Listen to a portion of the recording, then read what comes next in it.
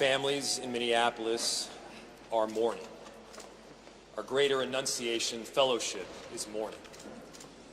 Our entire city is united in grief, and at the same time, based on this incredible group of people that has assembled here in City Hall, we are also united in action. We are committed to not having this be the scenario where another politician comes up to say never again. Another person stands in front of a microphone to announce a horribly tragic and unspeakable situation where more family members have been killed. We are committed to making this time different.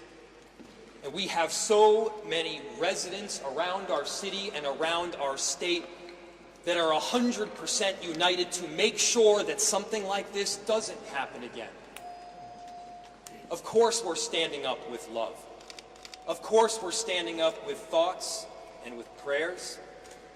But thoughts and prayers are not going to cut it. It's on all of us to see this through so that there is an action, so that something like this never happens again. We need action at the federal level. We need action at the state level. We need coordination with the cities around the country to make sure that every person has this common foundation of safety where they can send their kid off to school and have the confidence that they will be safe. Think of these kids not as somebody else's, but as your own. Think of those last words that you had with your child just this morning before you sent them into school. You kissed them on the cheek, you got them set up with their shoes, you pushed them a pouch of applesauce. Maybe these were little annoyances, but the truth is that there's this common and beautiful thing. We love our children. Make these changes not out of hate. Make them out of a simple and beautiful foundational love for our kids. And so what are we talking about? When we talk about action, we need to talk about the action steps that need to take place. We need a statewide and a federal ban on assault weapons.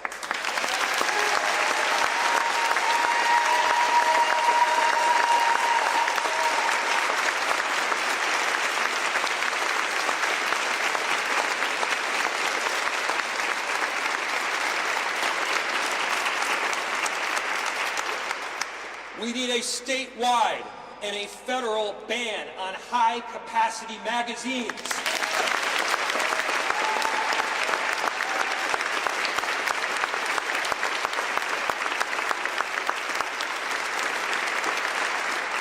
There is no reason that someone should be able to reel off 30 shots before they even have to reload. We're not talking about your father's hunting rifle here. We're talking about guns that are built to pierce armor and kill people. Why do we have them coming in by the trunkloads onto our streets around the country? And this is not just about Minneapolis.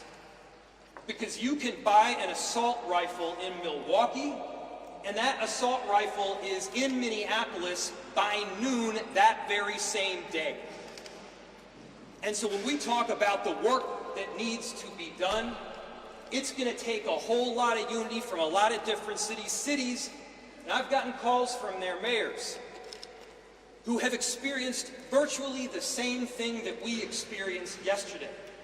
And because we love our kids, because we love our families, because we love our constituents, we all have the obligation to act. And what you see here, you see federal Congresswomen, you see we see our Minneapolis state delegation. You have council members from both Minneapolis and St. Paul. You have our sheriff. You have Moms Demand Action, Protect Minnesota, and every town all united and rallying around a common theme, which is keeping our cities and our country safe. And here's the thing. To the extent the federal government isn't willing to do it, to the extent a divided legislature prevents our state from acting. And by the way, I know that our Minneapolis delegation is on board with this work because they've been doing it. Thank you.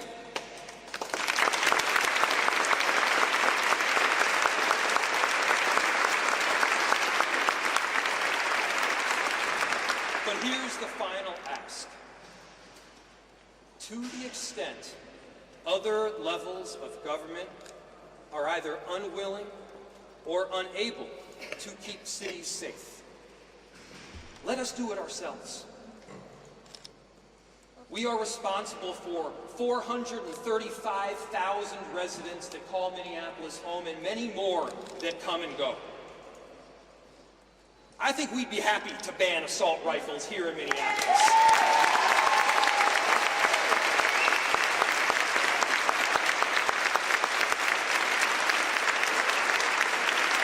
I know we'd be happy to prevent a next mass shooting from taking place. We have every obligation, not just to each other, but to these families that call Minneapolis home. We love them. Let's love them with more than words. Let's love them with the kind of action that will forever make the difference for people in our city, so the next go-round, there's not another city 2 months from now that is saying the same damn thing. Let's stop this from happening. Let's stand up for our children. Let's stand up for each and every one of them.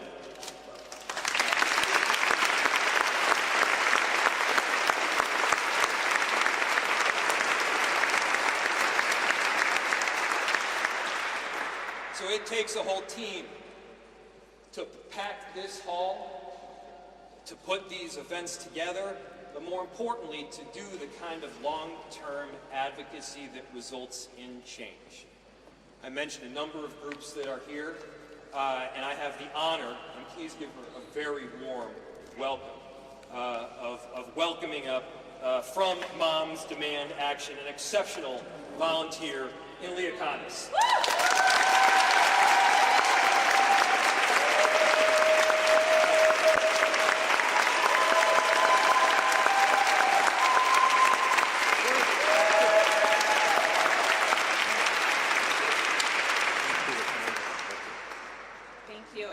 Said, my name's Ilhan. I lead the Minneapolis local group of Moms Demand Action for Gun Sense in America. But today, I'm not here just as an advocate. I'm here as a mom. I have 3 daughters. One of them has already lived through shootings at both the mall and the state fair. And I'm a Catholic, I forgot to mention that part. Now, here in our own city, families are living through the nightmare of a shooting on the very first day of school.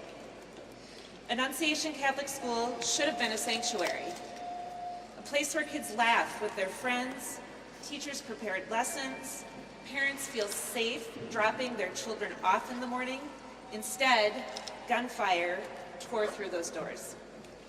Children were gunned down in church, praying in their place of worship. Another school year begins, and once again, it is marked by gun violence.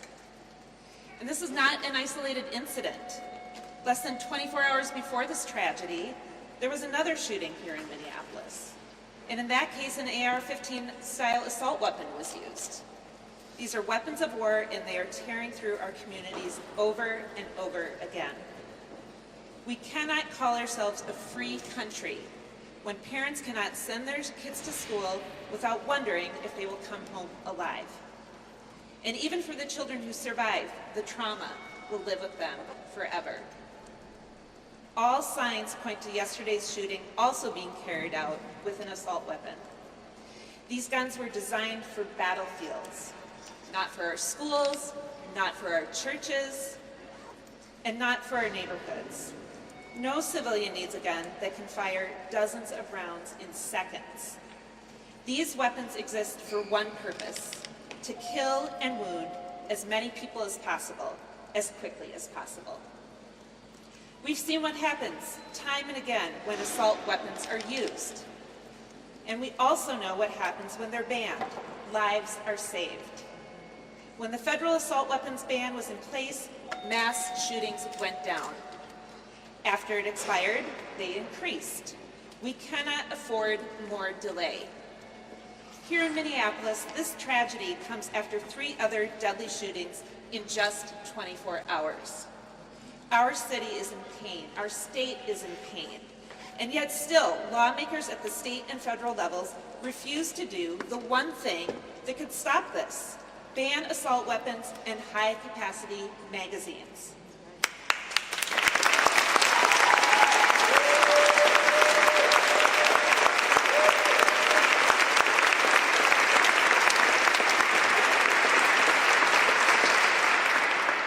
Sending kids to school should not mean sending them into a war zone. Enough is enough. Our children deserve better. Our teachers deserve better. Our communities deserve better. So today, on behalf of the families reeling from this shooting, and on behalf of every parent who lies awake at night wondering if their child is safe, we are demanding action.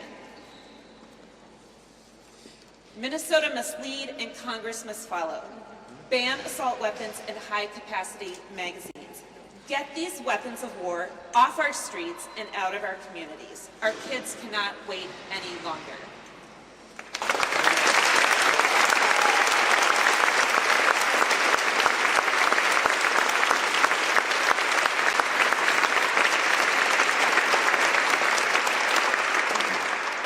It is my privilege to introduce my Congresswoman, Representative Ilhan Omar.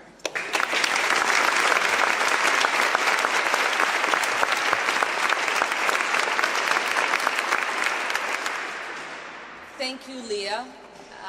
As Leah said, it shouldn't be hard to ban assault weapons and high-capacity ammunition.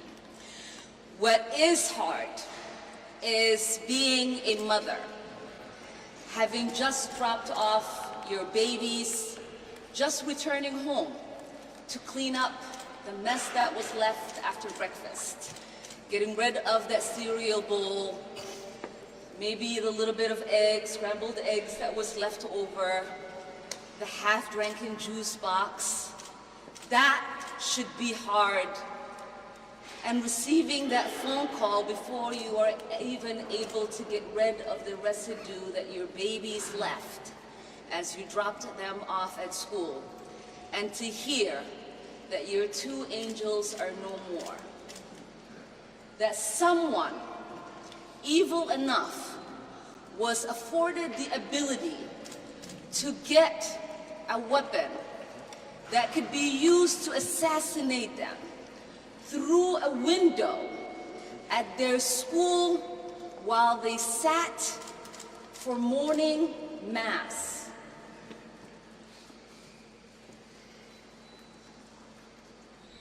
I do not know what society finds themselves in the place that we continuously find themselves since Columbine, that comes together in these moments of grief, that rightfully prays for the grieving families and victims, but does not come together to do whatever they can to make sure this does not happen again. Leah and the mayor mentioned the fact that these are weapons that are used in war. I know a little bit about that. At the age of 8, I survived war myself. I never imagined that I'd come to the United States and be in high school, and that there would be a school shooting, and that I myself and my kids to come would practice school drills on how to avoid being gunned down in one of the greatest nations in the world. There is something fundamentally broken. I know that in America we value life. I know that in America we are loving neighbors. I know that in America we are people of faith because these babies that were gunned down were actually kneeling in prayer. But what I do not know is why, uniquely in America, we have the capacity to not change what we know we can.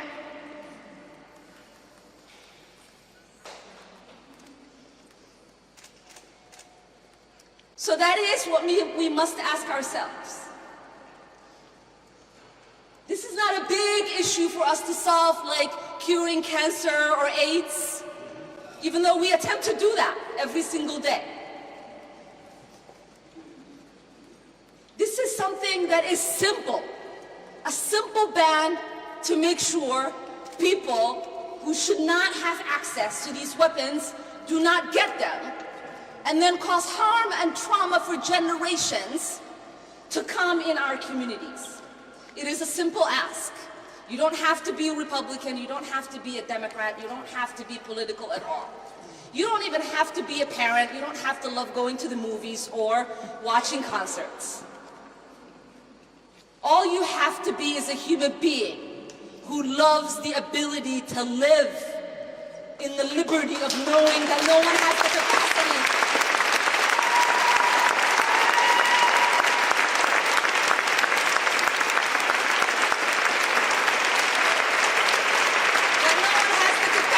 to take your life in seconds with weapons that they shouldn't have access to. And I'm going to call on someone who understands the kind of damage that these kind of weapons could cause to a body, that also understands the trauma that children and families have to live with. This is Dr. Mark Goulter, who used to be the former CEO of Children's Hospital and specializes in trauma. Because in this moment, if America has not woken up yet, they need to hear the real realities of what these damages look like in order for our hearts to continue to be softened and for our minds to start thinking about the solutions that we know are accessible to us.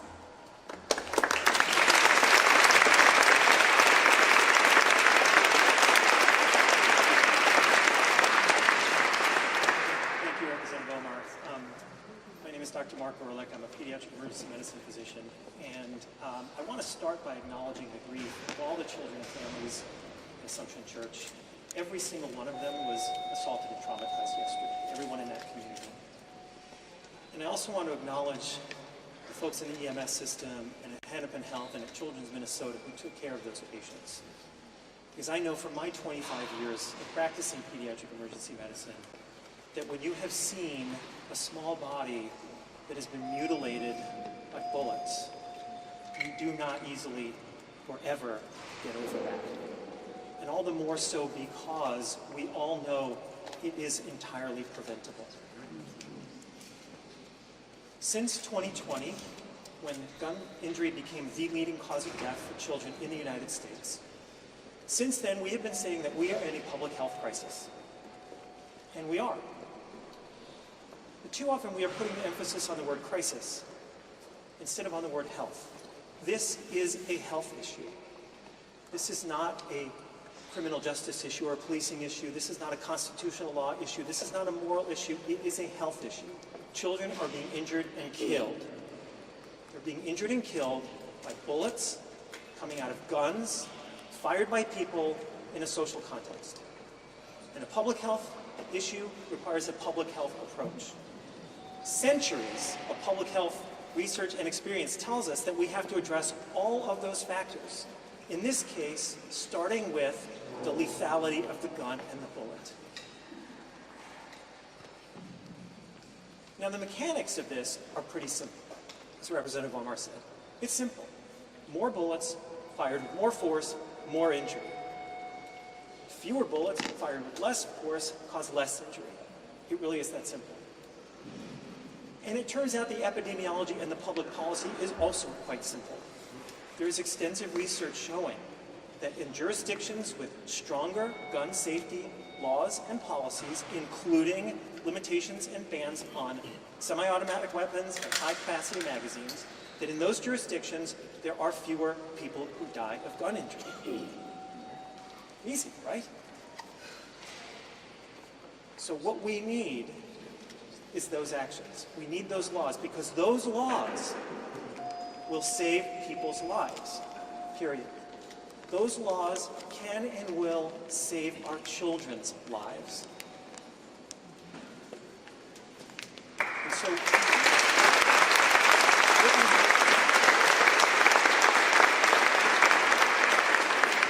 need action at the federal level, we need action at the state level, and as you've heard. And so I would like to next introduce State Senator Zainab Mohammed.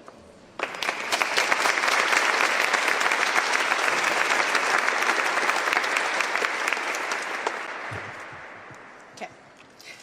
They're asking me to get lower so you can hear me. Speak louder? Okay, great. I want to thank everyone for being here today, including so many of my legislative colleagues.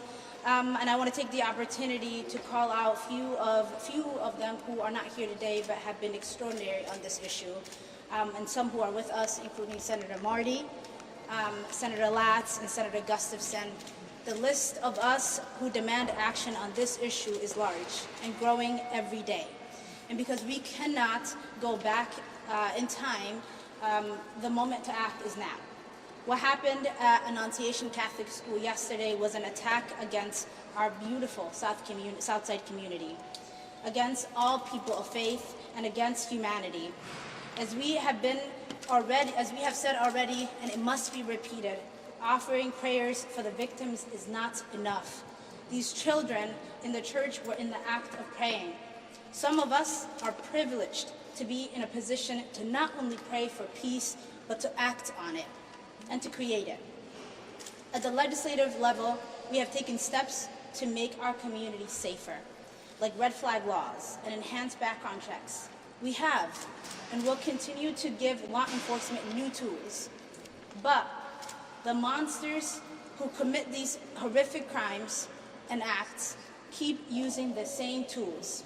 The same weapons of war turn up over and over at different shootings. High-powered, high-capacity rifles have killed thousands of Americans over the decades, and hundreds of children, including the ones yesterday. It makes me sick that our teachers and kids know what to do in the event of an attack, that they conduct drills to react when that awful moment comes. Parents have practiced at explaining the unexplainable and consoling children who have lost friends, who are afraid to go back to the classroom tomorrow. We can act here in Minnesota so that generations from now, our children's children won't fear and won't have to worry about anything but books, math, and maps.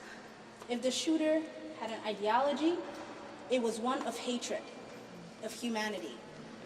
They express admirations of mass shooters who have targeted Jews and Muslims and Christians and progressives and children. This is not a part of any community's identity. It is pure hate. The targets of gun violence are too many to count. 2 months ago, it was our friends, Melissa Hortman and John Hoffman and their families, and dozens of other legislators, including me. On Monday, it was 7 people on the street in Minneapolis. Yesterday, it was kids in church. Who will it be tomorrow? How will we explain to them we did nothing to save them? We cannot shield our children with our eyes closed and hands behind our backs. When Martin Luther King was murdered, Bobby Kennedy quoted an ancient Greek poet who said, that pain falls drop by drop upon our heart, and that in our despair against our will, through the grace of God, and it becomes wisdom. Our community feels pain, which we cannot forget and we won't. We must find the wisdom and the strength to act to save each other and all future generations. Thank you.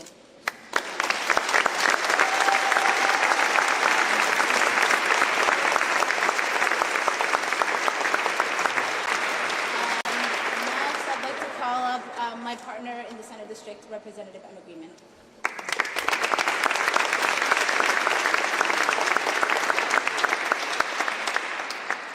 Well, I first want to say, I think on behalf of Senator Mohammed, Councilwoman Koski, we represent the beautiful neighborhood that Annunciation is part of. And thank you for the advocates, the colleagues, the community members here who are here, not just from Minneapolis, not just from the metro, from around the state, who understand what is happening.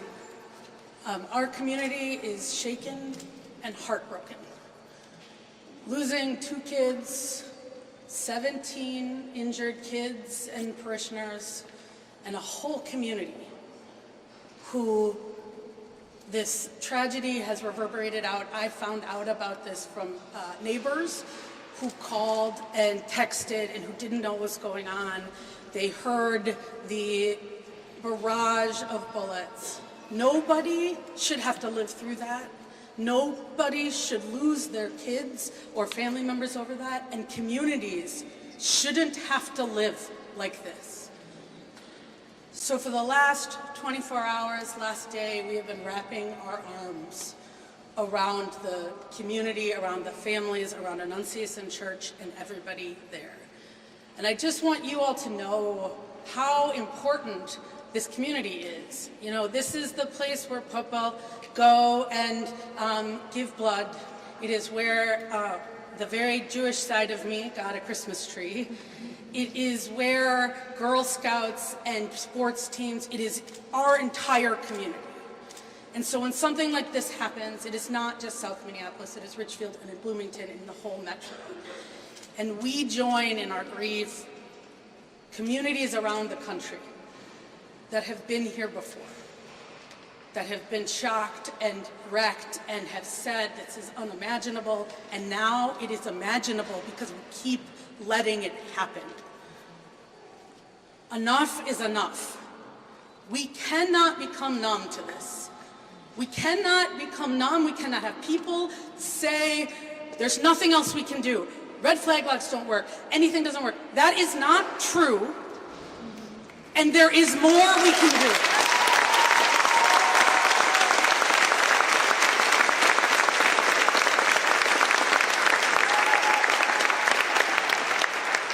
Today, we are talking about a school and a church, but we know across the country it is a school and a church and a concert and a grocery store and a movie theater and just going to work. Everyday people need to be safe doing everyday things.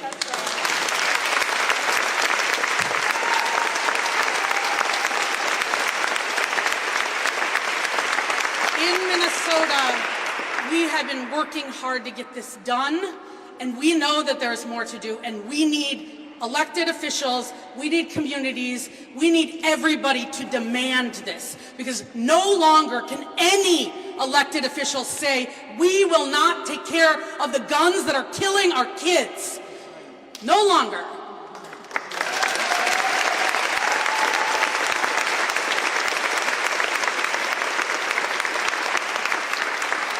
And we know that this is not a uniquely Minnesota issue. It is a national issue. And as our Congresswoman Omar said over and over again, and has said, we need a national solution.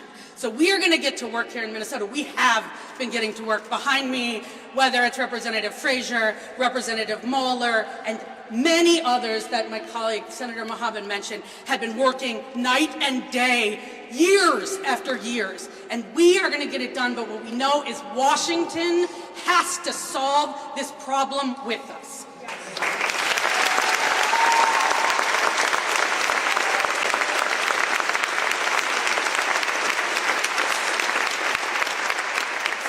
I just want to leave you with the words that the principal of Annunciation said yesterday, because I think it is indicative of our path forward. He said a proverb. He said, when you pray, move your feet. Move your feet.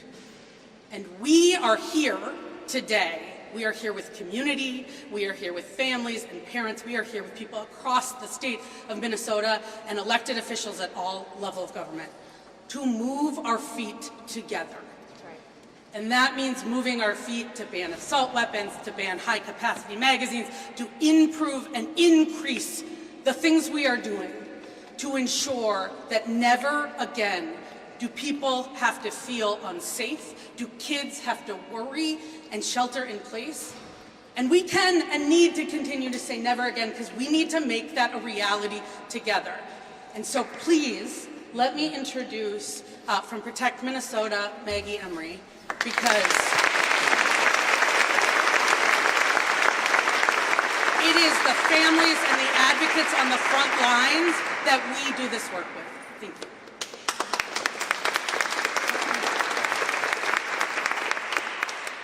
Good afternoon. My name is Maggie Emery. I'm the Executive Director of Protect Minnesota, which is the only state-based, statewide gun violence prevention organization in our state. I stand here today, once again, angry and heartbroken. In 2.5 years in this job, I have lost count of the number of times that I've stood in front of a microphone saying that I'm standing here angry and heartbroken, and I am just sick of it. Yet again, our children, our parents, and our teachers and our communities have been forced to live through a nightmare.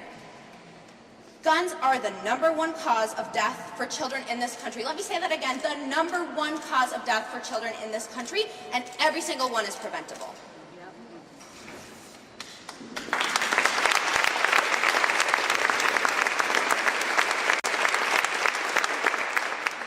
How many more times do we have to gather like this before we act? How many more times do the people here with me today have to stand up in front of news microphones and say, please let this be the last time, before it's actually the last time? And the thing about it is, we know what fuels this crisis. Assault weapons and high-capacity magazines designed to kill as many people as possible, and sometimes as many children as possible, as quickly as possible. The data is clear. When assault weapons are used, mass shootings are far more deadly, with 6 times as many people shot and more than 2 times as many killed. Year after year, progress is stalled while our communities and our children pay the price. This is a uniquely American phenomenon, but Minnesota does not have to wait any longer. We have the power to lead the way and to show that the lives of our children matter than the gun lobby's money and political cowardice.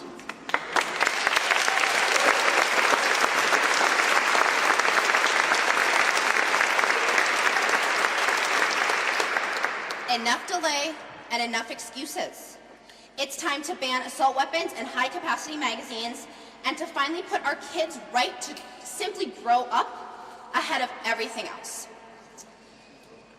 Brady was not able to be here today, but they asked me to read a brief statement of support saying that Minnesota should finally join states around the nation that have said enough is enough and pass an assault weapons ban and a ban on large capacity magazines. And finally, I'd like to introduce our final speaker, our partner here in the state of Minnesota and around the country in ending gun violence, Moms Demand Action Executive Director, Angela Farrell-Zabala.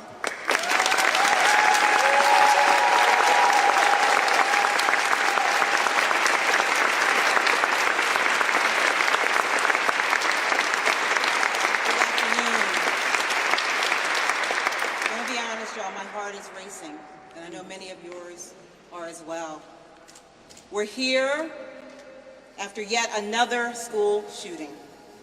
2 children are dead, 14 more children, and 3 teachers were shot. As a parent, I have to say what every parent feels at this moment, which is the grief is crushing and the anger is unrelenting. This is unbearable. This is unacceptable.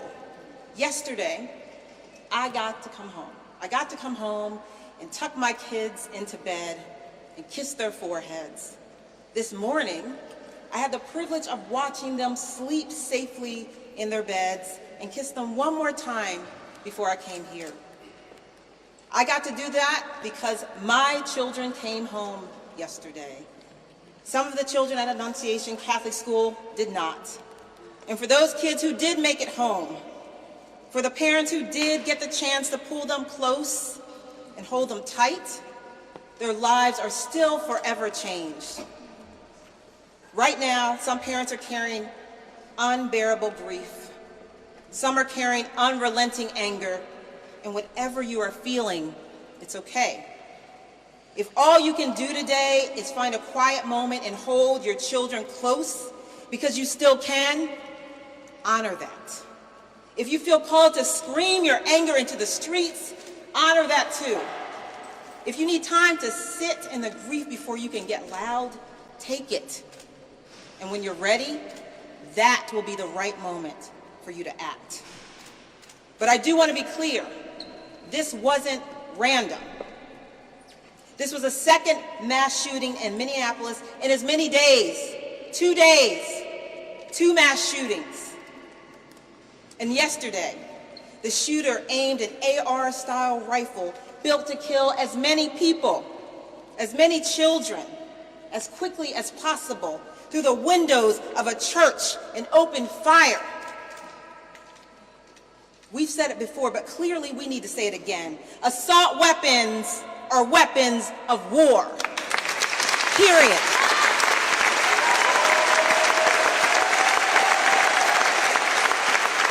They are designed for the battleground. They don't belong in our schools, in our churches, in our communities. And yet here we are, again, because politicians would rather protect the gun lobby's profits than protect our kids.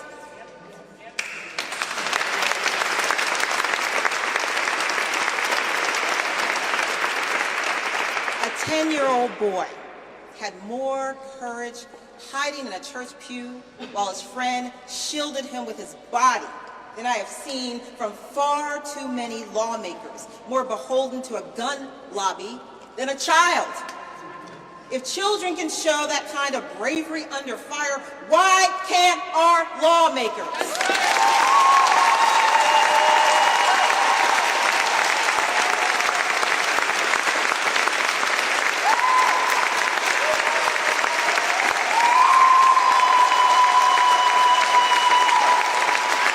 Say it again, as it was said before me. We need to ban assault weapons, period.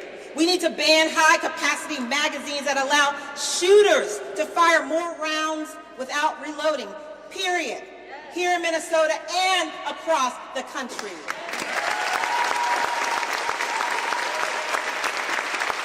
No more excuses. No more thoughts and prayers. Prayers didn't save those children as gunfire rang out while they were actually praying. Action would have. As a woman of deep faith and spirit, there are 2 things that are resonating deeply with me right now, and this is coming from my Christian tradition. The people who enter the kingdom of heaven are not those who claim to know God, but the one who does the will of my Father. Matthew 7:21. And faith by itself, if it does not have works, is dead. James 2:17.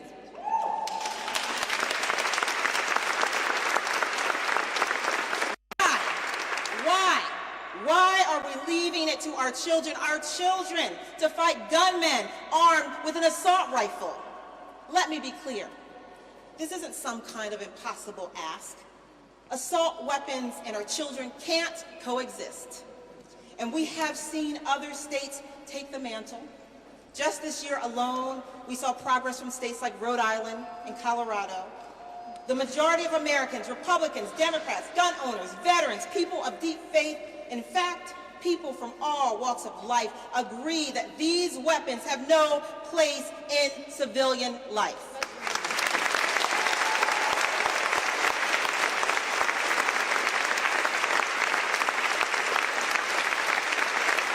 The only ones standing in the way?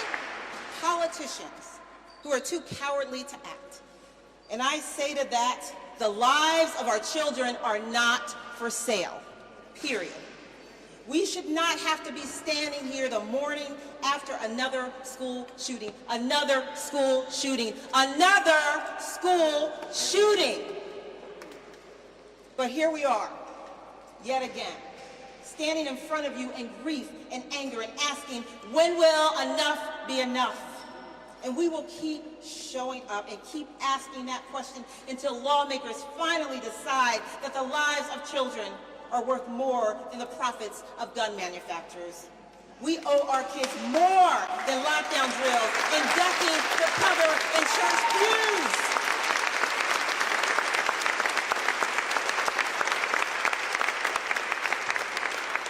We owe them a future.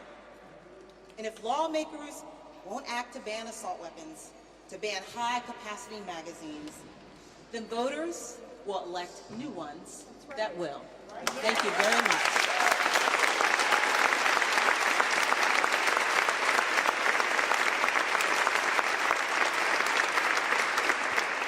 We're going to take about 3 or 4 questions. I know it's we're running a little over, and then we can do some pull-asides after. So please raise your hand if you have a question, and just we ask that you direct your question to the speaker instead of generally.